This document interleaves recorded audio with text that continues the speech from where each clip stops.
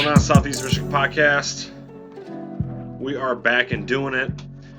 Thank you for joining me here again. Episode 2 of 3 this week.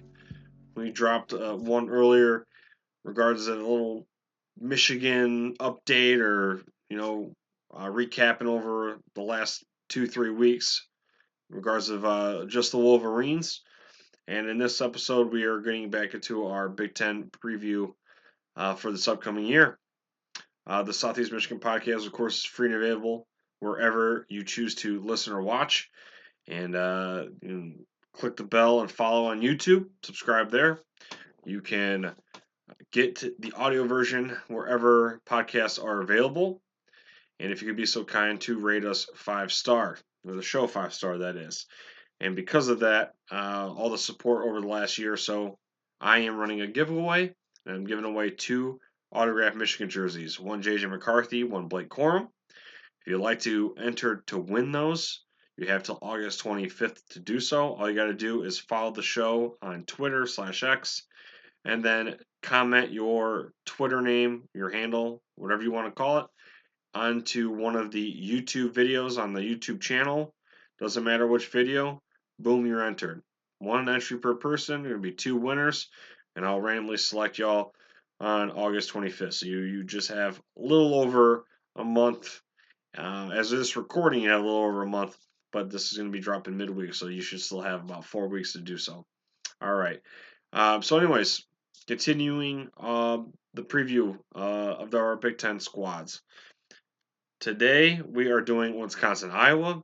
And so far, if you want to go back and listen, we did Purdue, UCLA, Nebraska, USC, and Illinois, Minnesota. So, Badgers, Hawkeyes, right now. Let's get into it. So, our Badgers. All right, again, how we go through this, recap the record from 2023, little news notes, headlines, and stuff about the team itself. We'll get into key losses, key additions, and then we'll go game by game on the schedule. And of course, as always, I'll give you my honest takes on each one of these matchups and or squad, and I'll give you the record at the end of the day. All right, last year I completely whiffed on Wisconsin. Maybe not too bad. I think I overplayed them by like 2 or 3 wins because I was a little bullish on the new offense.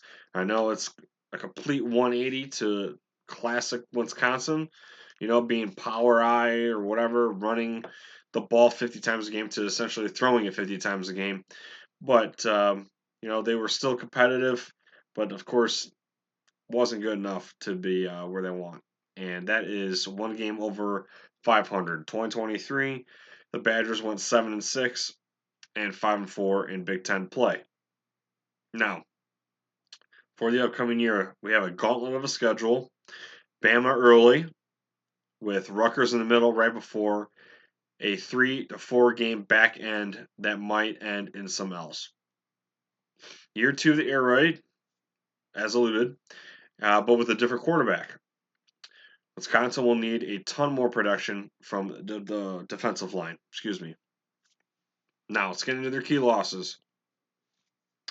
Quarterback, Tanner Mordecai, after throwing just over 70 touchdowns at SMU, Mordecai threw just 9 as a Badger.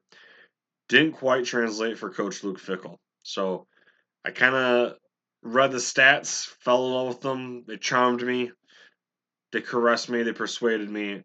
And, with their offensive coordinator, I thought it was going to be a good marriage. And it didn't just pan out, or it didn't pan out for them at all. Running back Braylon Allen is off to the NFL, went 4th round to the New York Jets. Wide receiver Skylar Bell transfers to UConn. Linebacker Jordan Turner transfers to Michigan State. And that pretty much wraps up the losses. And I kind of went through that kind of quick, but it's pretty much it. Key additions. Quarterback Tyler Van Dyke comes in from Miami. Should be better than Tanner Mordecai. TVD has thrown just under 7,500 yards and 54 touchdowns, 23 interceptions, and his time as a Hurricane. Wide receiver Joe Griffin from Boston College. Linebacker John Pius from William & Mary. Linebacker Leon Lowry from Syracuse. Linebacker Jaheim Thomas from Arkansas and Cincinnati prior. Last season, Thomas had 90 total tackles and 3.5 sacks. Running back Tawee Walker from Oklahoma rushed for 7 touchdowns a year ago. So, on paper, they're trying to bolster the linebacker room, right? They need more. They need more pressure and tackles for loss, sacks, all that stuff. And they also, of course, need some college football playoff level play from the signal caller spot. Now let's get into their 2024 schedule. And before we do, I'll flip your screen around so if you're watching, you can follow along with me. And here we go. So on the 2024 schedule, their over/under win total is 6.5 via FanDuel. So we'll see if we bust the over or not.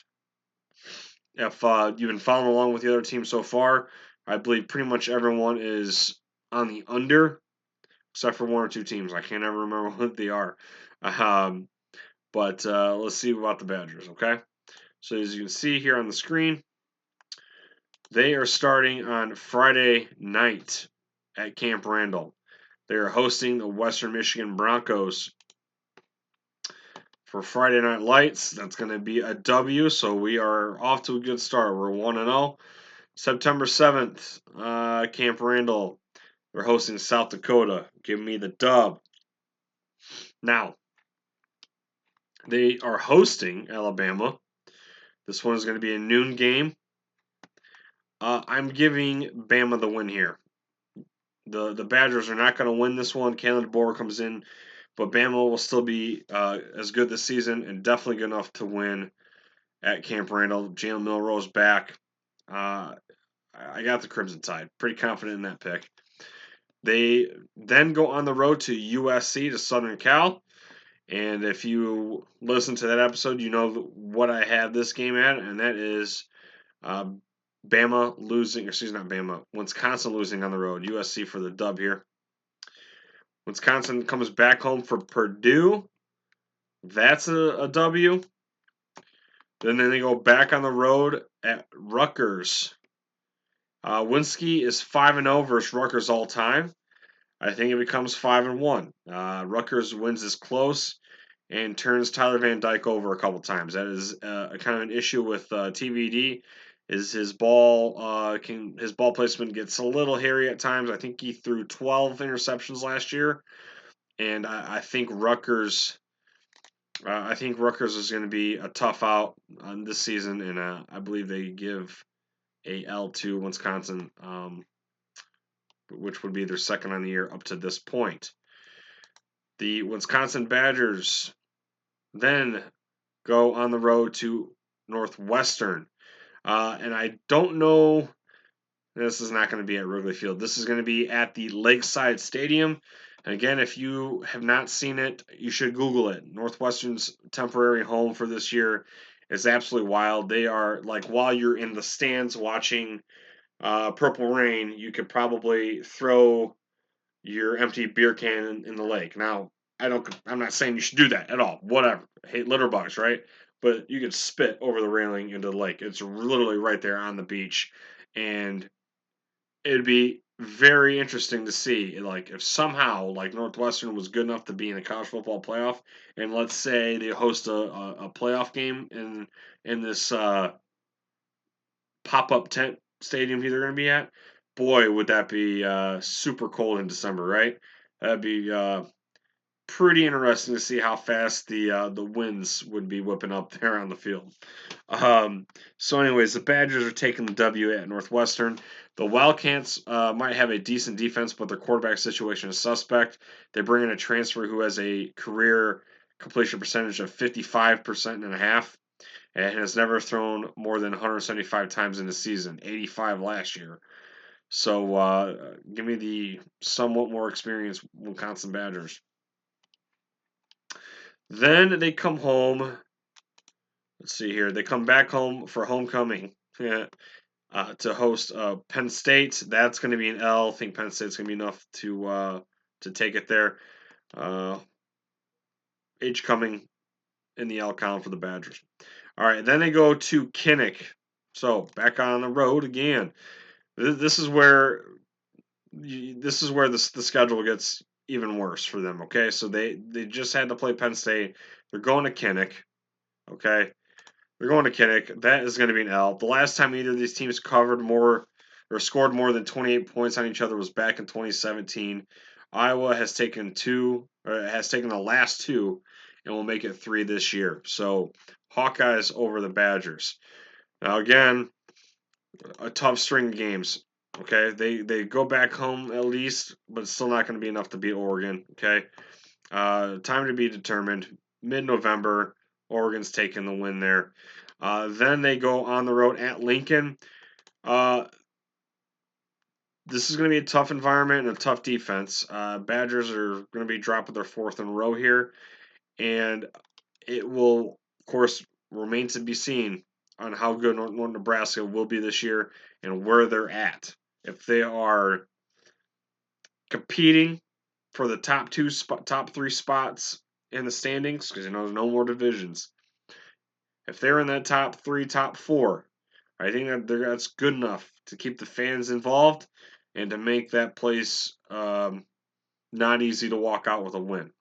So Badgers taking the L in Lincoln. They then go back to Madison for Minnesota. Okay, we previewed Minnesota in our last episode, or last preview episode, that is. So you will know who I'm taking here, and I get the Badgers a dub here. They snap the losing streak, and they finish on somewhat of a high note, but it's not going to be good enough for bowl season. Okay, final record in my book for the Badgers will be 5-7 and 3-6 in the conference. So again, L's versus Bama, USC, Rutgers, Penn State, Iowa, Oregon, and Nebraska. W's over Minnesota, Northwestern, Purdue, South Dakota, and Western Michigan. All right, that is our Badgers. And when we come back, we will get into the Iowa Hawkeyes. Sports betting has rapidly risen in popularity, and I want to connect you all with an opportunity to get started or get ahead. Having multiple sportsbook accounts is the most simple way to maximize your profits, and there has never been a better time to sign up. When you visit my page, signupexpert.com/southeast, you'll be connected to all the sportsbooks in your region, along with a review of each platform and its unique benefits. All of these sportsbooks have valuable sign-up offers for new users, and when you register through my link, you automatically receive the top offer at each one. When you use multiple sportsbooks, you ensure that you can always access the best available odds, which is key to successful sports betting. If you want to take advantage of these benefits and support our brand, please consider signing up for your next sportsbook at signupexpert.com/southeast.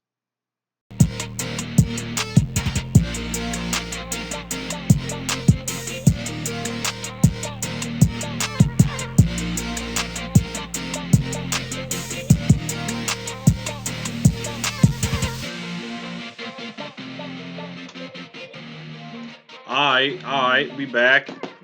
We got Badgers over with and done. Now we got the Hawkeyes. Let's chit chat some Iowa Hawkeyes. All right. Where am I? I'm all over the place. All right. Iowa Hawkeyes 2023, 10-4 and 7-3 in Big Ten play. Not bad, right? Could be elite if they didn't have a incompetent offensive coordinator or scheme, system, whatever, quarterback play. Man, can you imagine what I would be if they were like, man, who could I compare it to? Like, hell, imagine if they had like USC's offense from like the last few years with Caleb Williams. Like, they're not losing a game ever, right? Like their offensive scoring is going to be scoring so fast, like their defense would be on the field constantly, and I don't think they'd ever get tired. They're just going to grind you up. You know, imagine that. Just imagine. All right. Anyways, enough of me slobbering there. All right. Last year, fourth in scoring defense, allowing less than 15 per game. Pretty nasty. 132nd out of 133 teams in scoring offense with 15.4 per game. So I mean, there's if that's not yin and yang, I don't know what is, right? Was shut out 3 times and only scored beyond 26 points once with 41 versus Western Michigan. They're gonna have a new offensive coordinator, a usual strong Phil Parker defense. All in all, not much coming in or going out via portal. Very small. Credit to Coach Ferentz for at least not losing his players. Now, key losses.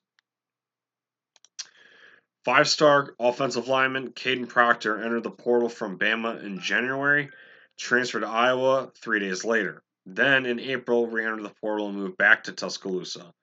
All the while doing an interview and accidentally let it slip that he was in contact during the non tampering period. So I thought that was kind of interesting. And of course, nobody's going to get in trouble in this situation because one has to do with an SEC team.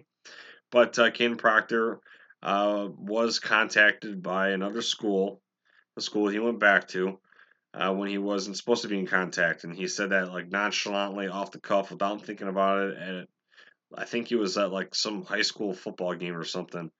Um, I don't know, doing something extracurricular, and he let it slip. Thought it was pretty hilarious.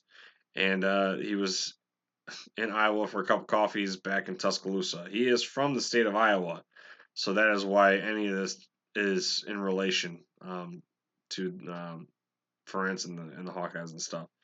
All right, next. Quarterback Deacon Hill transferred to Utah Tech. Interesting. Quarterback Spencer Petras transfers to Utah State. Now Petras, of course, last year he got banged up and then was kind of kept on as like an offensive assistant and kind of hung around. But now he's out of the program and is going to try football, give it a go at least.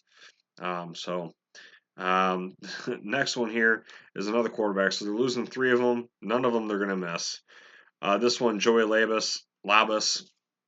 He transfers to Central Michigan. Labus started the bowl game versus Kentucky at the end of the 2022 season and helped beat the Wildcats 21-0. So the last time an Iowa quarterback looked like he had half a decent of an arm or anything like that was this fella here, third string quarterback, and he did it in a bowl game. Defensive back Cooper DeJean, second round of the Eagles, and that pretty much does it for departures. Now, key additions. Quarterback Jackson Stratton from Colorado State. Not much on his resume yet. Not much to look at stat wise. So very unproven, untold. We'll see what happens. Cade McNamara is, you know, in his last dance mode. This is his shot, his opportunity now to impress the scouts and hopefully get drafted next year. So this is like do or die for Cade, number 12. So we'll see what Stratton can do, if he can push for that spot or not. Wide receiver Jacob Gill transfers from Northwestern. In his 3 seasons as a Wildcat, he has 16 receptions for 195 yards and 2 touchdowns, so not much to go off of there.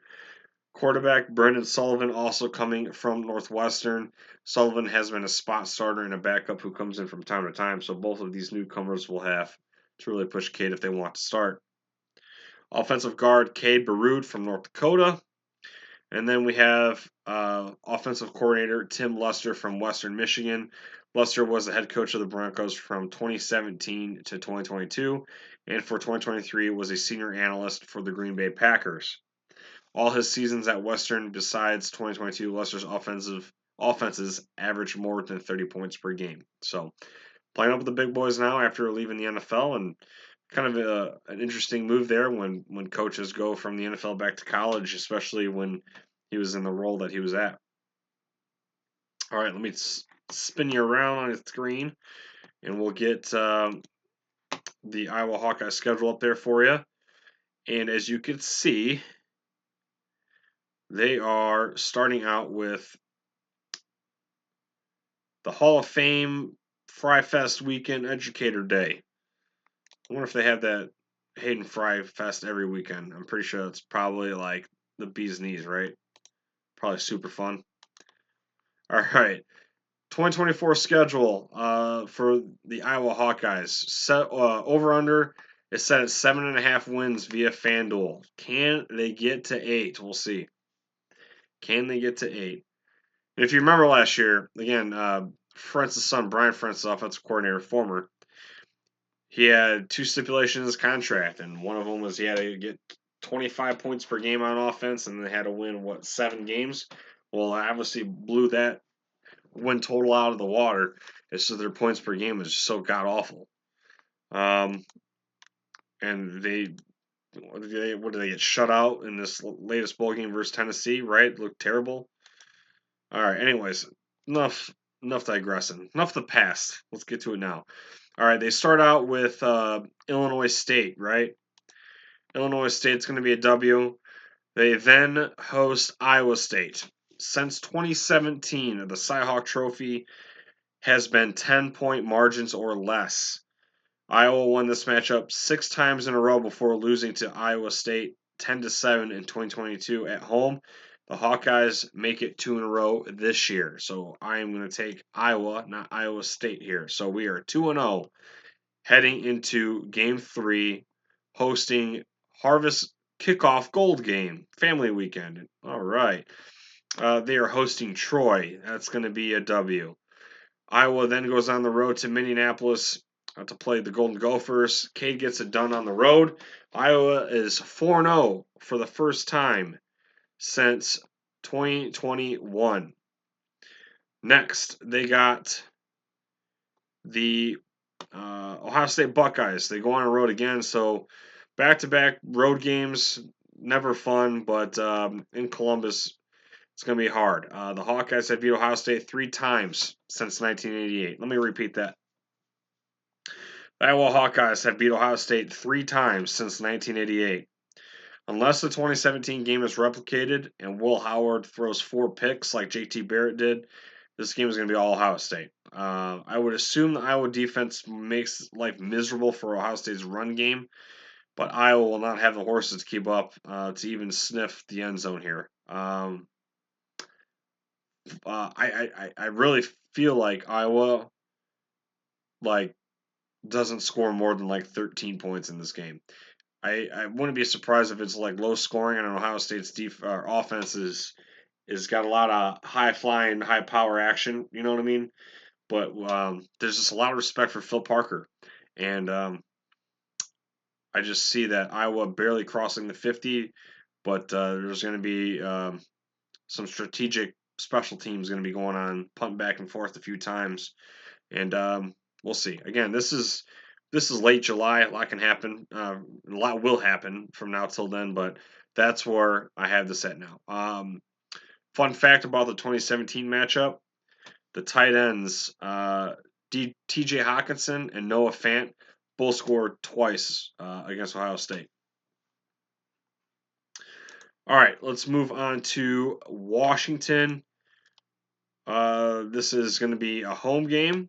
A&F Black and Gold Spirit game. Woo! All right. Washington. It's going to I haven't done a Washington preview episode yet. I've done my notes, but it might be a rough preview when we get to the Huskies. They'll lose a complete ton, right? And even though I think they're going to be maybe better than what we're getting credit for, they're just not going to be good enough to win on the road at Kinnick. So give me the dub for Iowa. Now, Iowa then goes on the road to East Lansing on October 19th. I feel like they can, I feel like they can sneak out a win here. It will be interesting to see what time this game is set for. And MSU will be coming off back-to-back L's against Ohio State and Oregon. And we'll be hoping to right the ship in a must-win situation, right? So coming off back-to-back L's, how are they going to be doing before that is, of course, going to be remain to be seen. but if they're at least competitive going into those two that I just mentioned, maybe there's still some hope left. Maybe there's still some fight, some hype. Hopefully, I'm gonna say hopefully because I hate Michigan State with a passion, but you know, in their case, hopefully that they can get that stadium rocking for this one. Um, then Wisconsin, or excuse me, then Iowa. Um, why do I feel like I keep mixing these team names up? I'll have to re-listen to this to make sure. All right, let's get into this schedule again. All right, so then they go back home for Northwestern. Both these offenses are boring, so maybe that's why I feel like I'm mixing my takes with them. All right, so they come back home for Northwestern homecoming game, right? That's going to be a W. Wildcats won't even sniff this red zone either. Book it. And it's just essentially going to be like Iowa playing Ohio State with Northwestern playing Iowa. Same thing. They're just not going to even get near the red zone. I could be completely wrong. I just don't see it. They then play Wisconsin at home. And of course, if you already heard, I got Iowa winning this one. So, hold on, where am I at?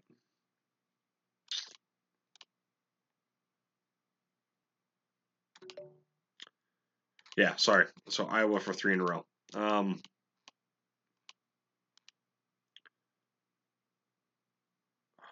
Sorry, computer all of a sudden has just now gone completely haywire. Usually about this time when I'm doing the episode is where like I'm told to restart the whole thing and update. All right, so Wisconsin W, and I believe this is going to be a blackout game, right? Yes, right here, blackout game, military appreciation. So the Badgers are screwed. Then Iowa travels back to back, one to UCLA. They go to Pasadena. Still going to be a W here. This might be a fun one. This one is a Friday night primetime game, 8 p.m. on Fox. The next one on the road will be Maryland. That give me the W there. They then come back home to cap off the season versus Nebraska. So if you listen to Nebraska, you know where I stand here.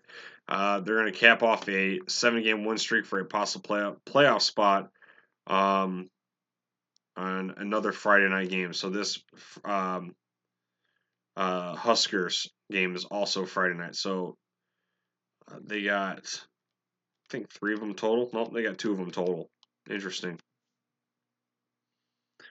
Pioneer Heroes game. I don't even know what that means, but it's senior day, and the Hawkeyes win. So in total, I got the Iowa Hawkeyes going 11-1, 8-1 in the conference. Right? Let's hear them off again.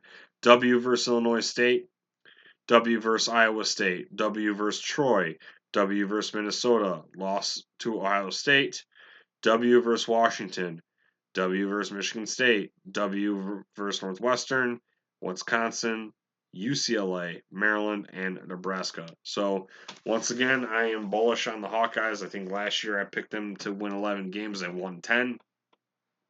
And again, of course, the defense is going to be stout, right?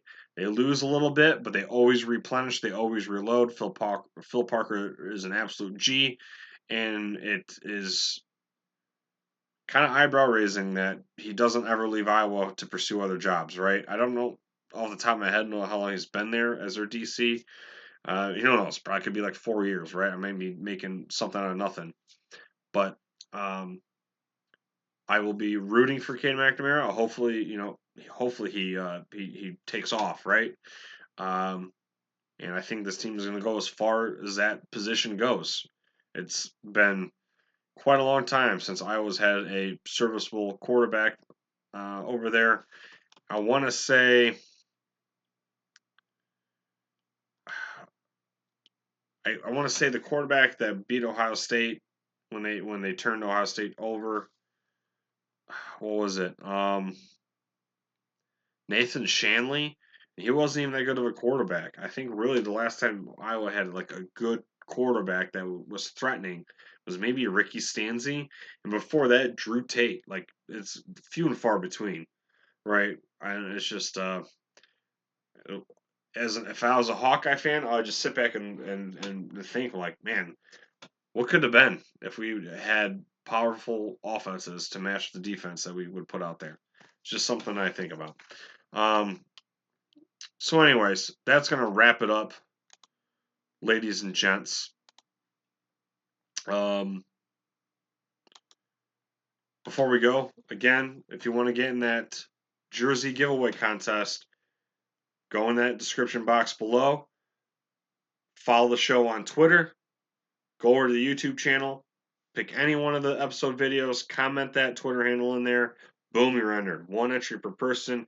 Again, you have till August 25th when I announce the 2 winners. Okay. Um, again, thank you for your support. Again, we've reached now 5 countries in total where we have listeners. So very grateful. Appreciate y'all. Anyways, I guess go blue, right? See y'all next time.